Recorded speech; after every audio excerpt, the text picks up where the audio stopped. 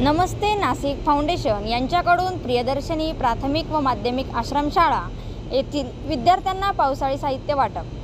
जिथे कमी तिथे आम्ही या तत्वावर चालणाऱ्या नमस्ते नाशिक फाउंडेशन नाशिक यांच्याकडून प्रियदर्शनी प्राथमिक व माध्यमिक आश्रमशाळा उस्तळे येथील विद्यार्थ्यांना पावसाळी साहित्य वाटप.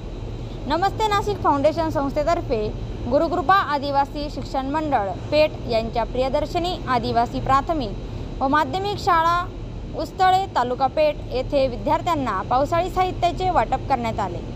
यामध्ये रेनकोट, छत्री अशा विविध प्रकारचे साहित्य वाटप करण्यात आलेले आहे.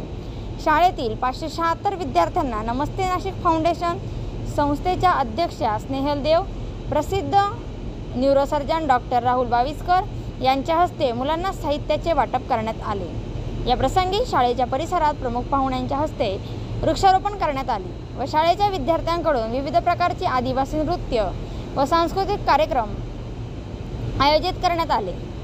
कार्यक्रमाप्रसंगी न्यू इंडिया इन्शुरन्स कंपनीच्या असिस्टंट मॅनेजर सायली गाळणकर, प्रसिद्ध दंतरोग तज्ज्ञ डॉक्टर विशाल गाळणकर, महाराष्ट्र हास्य योगा क्लबचे अध्यक्ष सुनील कोटकी, लक्ष्मीकांत विसावे, सुनंदा दसपुते, सरला मुसळे, मीनाक्षी नागपुरे, वैशाली पाटकर, श्री एंटरप्राइजेसच्या संचालिका मोनाली अमृतकर, गुरुकृपा आदिवासी शिक्षण मंडळाचे अध्यक्ष विठोबा भोये, सदस्य दिनकर भोये, मुख्याध्यापक प्राथमिकचे खंडेराव जगदाळे व माध्यमिकचे RG पाटील, पोलीस पाटील देवीदास भोये आदी मान्यवर उपस्थित होते.